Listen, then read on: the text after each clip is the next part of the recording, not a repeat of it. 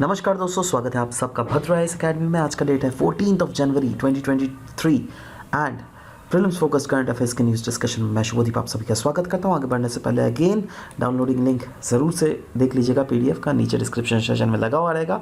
सबसे पहला न्यूज़ देख लेते हैं regarding giant mantle plume found the Mars. देखिए, मैंटल प्लूम के बारे में हम लोग यूजुअली तब पढ़ते हैं जब प्लेट टेक्टोनिक्स के बारे में डिस्कस करते हैं, राइट। क्योंकि क्या होता है ना, ये देखो, ये पार्ट है हमारा अर्थ का कोर, नीचे वाला पार्ट है, ठीक है, और ऊपर वाला पार्ट है ये हमारे वेरियस लिथोस्फेरिक प्लेट्स, राइट।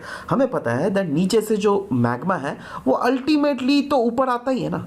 तो मैग्मा प्लूम क्या होता है ना, ये वाला पोर्शन, जी हाँ, ये वाला पोर्शन होता है मैग्मा प्लूम, जो कि हम बोल सकते हैं मोल्टन रॉक का लार्ज ब्लॉब। देखो ये ब्लॉब काइंड ऑफ चीज दिख रहा है ना आपको, ठीक है, जो क्या सरफेस की तरफ आती है, राइट। सरफेस की तरफ देख रहे हो, आकर अल्टीमेटली सरफेस को छेद करके यह बाहर निकल जाती है in the form of volcano, right. So this is what magma plume is. Now बताइए, तो मैग्मा प्लूम किस फैक्टर के कारण होता है? जी हाँ, आपने सही समझा, यह होता है कन्वेक्टिव करंट सेल्स के कारण, राइट। नीचे से कन्वेक्टिव करंट, दैट इज हमारे अर्थ के कोर से कन्वेक्टिव करंट जो है वो सर्कुलेट होते हैं। I mean within the mantle वाला एस्पेक्ट ज़्यादा सर्कुलेशन होता है।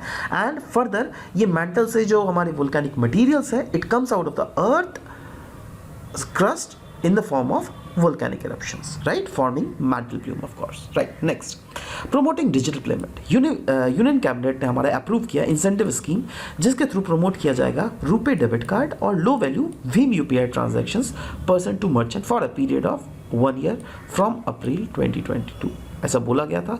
अच्छा, अब मेन चीज़ देखो, हमें डिजिटल पेमेंट के अंदर क्या क्या एस्पेक्ट्स इंक्लूड करना है वो चीज़ हम लोग को देखेंगे।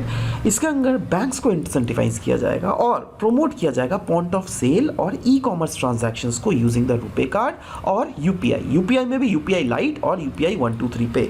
देखो, यूपीआई लाइट अलग चीज़ है, यूपीआई 123 पे अलग चीज़ है, अच्छे से देखना। यूपीआई लाइट एक नया पैरामीटर है जो कि ऑफकोर्स एनपीसीआई के द्वारा लाया गया है। अच्छा, एनपीसीआई क्या होता है, ठीक है, इसके इस स्लाइड्स के बाद ऑफकोर्स हम will discuss about MPCI as well, right? So UPI Lite एक नया पेमेंट सोल्यूशन है for low value transaction which have been set at below 200 rupees, right. और UPI 123 पेमेंट क्या है, ये again RBI as well as NPCI के द्वारा एक नया फीचर है, जिसके through UPI may be used on feature phone as well. मतलब अगर आपके पास कनेक्शंस ऑफ इंटरनेट है भी नहीं ना, स्टिल अगर आप चाहो तो आप पेमेंट कर सकते हो। आपके पास एक OTP आएगा, राइट, तो उस टाइप से आप चीज़ों को पेमेंट एग्जीक्यूट कर सकते हो, राइट। सो ये चीज़ है।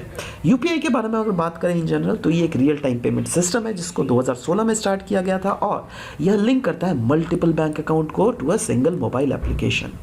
यह वर्क करता है by SIM binding and it was allowed only for Indian mobile numbers, but now अगर अभी देख लीजिएगा, it has been allowed for NRIs, non residential external as well as non residential ordinary international mobile numbers as well.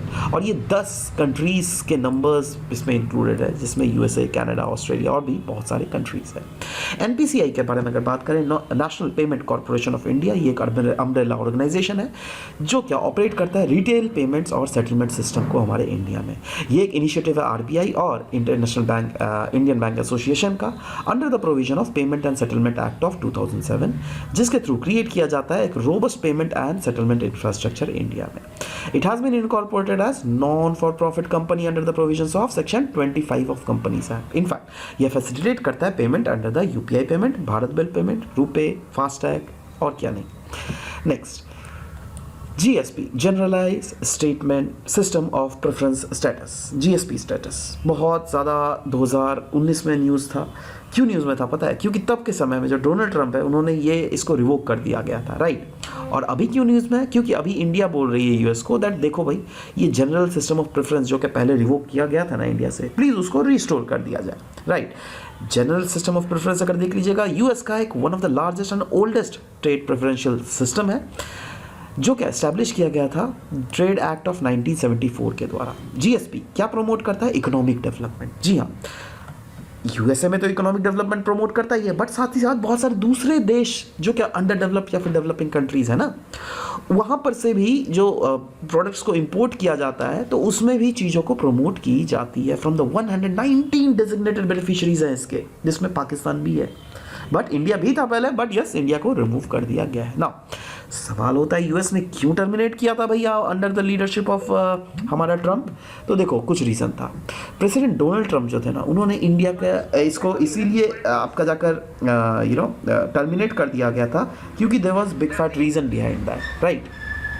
और वो reason था India का failure to provide the United States assurance that it will provide equitable and reasonable access to its markets. क्योंकि बहुत सारे ऐसे US के products हैं जो क्या इंडिया में नहीं बिकते हैं, जैसे हार्ली डेविडसन बिकते हैं। अब देख लीजिएगा हार्ली डेविडसन मोटरसाइकिल, बट क्या होता है ना दैट जैसे अगर से फॉर एग्जाम्पल उस हार्ली डेविडसन मोटरसाइकिल का 2 लाख रुपये है ना, तो इंडियन गवर्नमेंट 100% से ज़्यादा टैक्स ही ले लेती है, ऐसा भी केसेस होता था, ठीक है।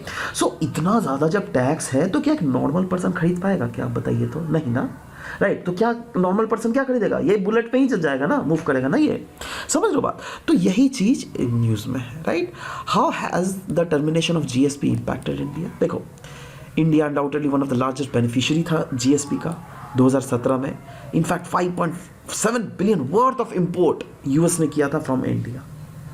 देखो तब के समय इतना था, और अभी भी अगर ट्रेड बिलियन देख लोगे हमारा, सालों साल ट्रेड बढ़ते जा रहा है दोनों देशों के बीच में।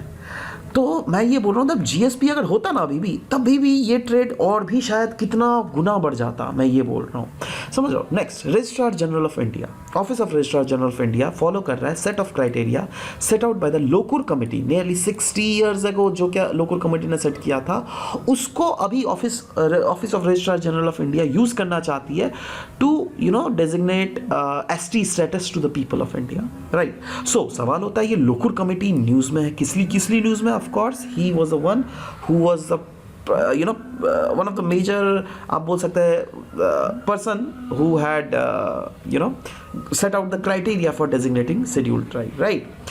So क्या क्या क्राइटेरिया उन्होंने सेट किया था? पहला तो वैसे ही लोगों को एसटी स्टेटस देना चाहिए जिनका प्रिमिटिव ट्रेट हो, जिनका डिस्टिंक्टिव कल्चर हो, जोग्राफिकल आइसोलेशन में रहते हो, साइनिश इन कॉन्टैक्ट है with the community at the large, and जो बैकवर्ड हो।